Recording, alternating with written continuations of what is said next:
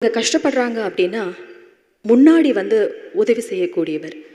நலிந்த கலைஞர்கள், இந்த கலைஞர்கள், அந்த கலைஞர்கள்னு எந்த ஒரு பாகுபாடுமே இல்லாமல் எல்லாரையுமே சரிசமமாக பார்க்கக்கூடியவர். நமது கேப்டன் அவர்களுக்கு புகழஞ்சலி வழங்குவதற்காக பத்மஸ்ரீ திரு கமல்ஹாசன் அவர்களை மேடைக்கு அழைக்கிறோம்.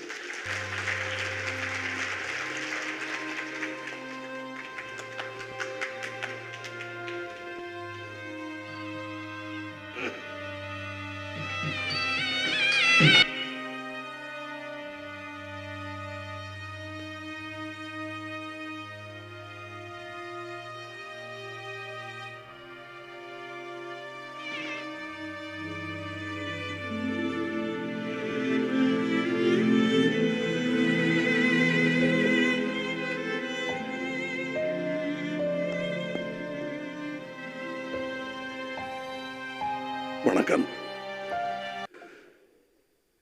இப்படி ஒரு நாளை எதிர்பார்க்க முடியாது. இதுக்கு ஒத்தியே எதுவும் கிடையாது.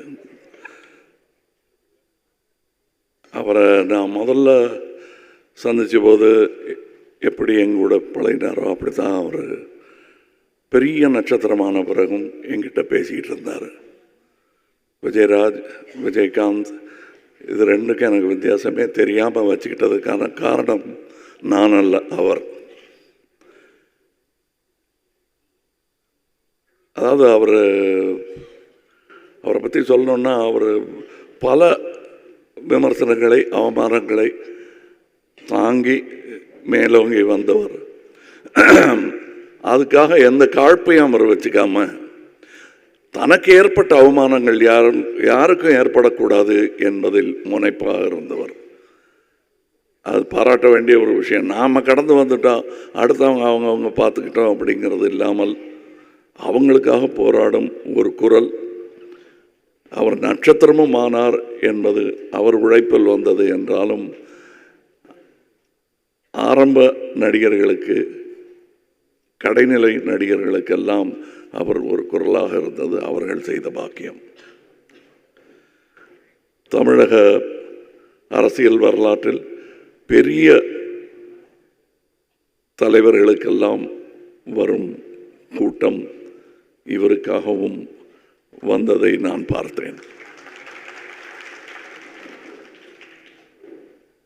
அதில் அவர் சேர்த்த சொத்து என்னால் அதுதான்.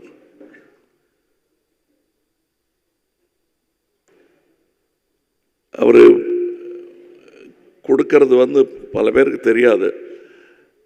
ஐ திங்க் அவருடைய பிறந்த நாள் அன்றைக்கின்னு நினைக்கிறேன், 1998 இருக்கும். தினமணியில் ஒரு கட்டுரை வந்தது. அவர் இறந்த அன்னைக்கு ஒரு கட்டுரை போட்டிருந்தார் எம் பாண்டியராஜன். 1998 நடந்தது அவர் நினைவு கூர்ந்திருந்தார். சீட்டு கிடைத்தும் படிக்க வசதி இல்லாமல் இருந்த 3 என்ஜினியரிங் காலேஜ் மாணவர்களை பற்றிய செய்தி அது.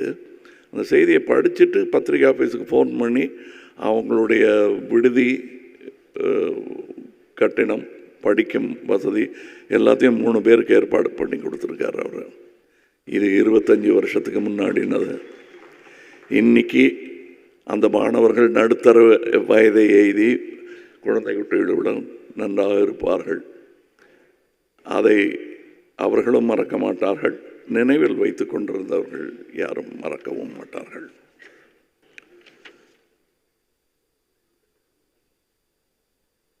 எழுபது 80களில் அந்த சமூக அரசியல் கோவங்களை எல்லாம் பிரதிபலிக்கும் ஒரு சினிமா உருவமாக விஜயகாந்த் அவர்கள் திகழ்ந்தார் என்றால் மிகையாகாது. கண்டிப்பாக அது ஒரு, எனக்கு அவர்கிட்ட நான் அவருடைய இரங்கல் கூட்டத்தில் அன்றைக்கி அவர் பூதவுடல் அங்கே இருக்கும்போது நான் சொன்னேன், எனக்கு அவர்கள் பிடித்த பல நல்ல குணங்களில் ஒன்று அவருடைய நியாயமான கோபம் என்று. இன்றைக்கும் அவர் ஒரு கிராமத்து ஆள் மாதிரி நாக்கை கடிச்சிக்கிட்டு கோபம் நான் கேட்டுருவார், கேட்க வேண்டியது. அது எந்த அரங்கமாக இருந்தாலும் அதுக்கு பயப்பட மாட்டார் அவர். அந்த துணிச்சல் பல நேரங்களில் நடிகர் சங்கத்துக்கே உதவியாக இருந்திருக்கிறது. அதற்கு சாட்சி இங்கே இருக்கும் நடிகர்கள். அவர் நடித்த முதல் படம் வந்து ஆக்சுவலி அது ஒரு திரைப்பட விழாவுக்கு போக வேண்டிய படம். தூரத்து இடி முழக்கம் போயிற்று. அதிலிருந்து ஒரு கமர்ஷியல் ஹீரோவாக அவர் பெயர் எடுத்தது. அது அவர் திறமை, அவருக்கு கிடைத்த வாய்ப்புகள். இப்போ ராதா ரவியர்கள் பேசும்போது சொன்னார்கள், கூட துணை நடிகர்களிடம் கூட இதை எப்படி செய்யலாம்னு கேட்குற அந்த எளிமை. நானே அவர் கூட ஒரே ஒரு கெஸ்ட் ரோல் தான் செஞ்சுருக்கேன். அங்கே அவர் எனக்கு காட்டிய அன்பும் மரியாதையும் இன்றும் ரீங்கரிக்கிறது.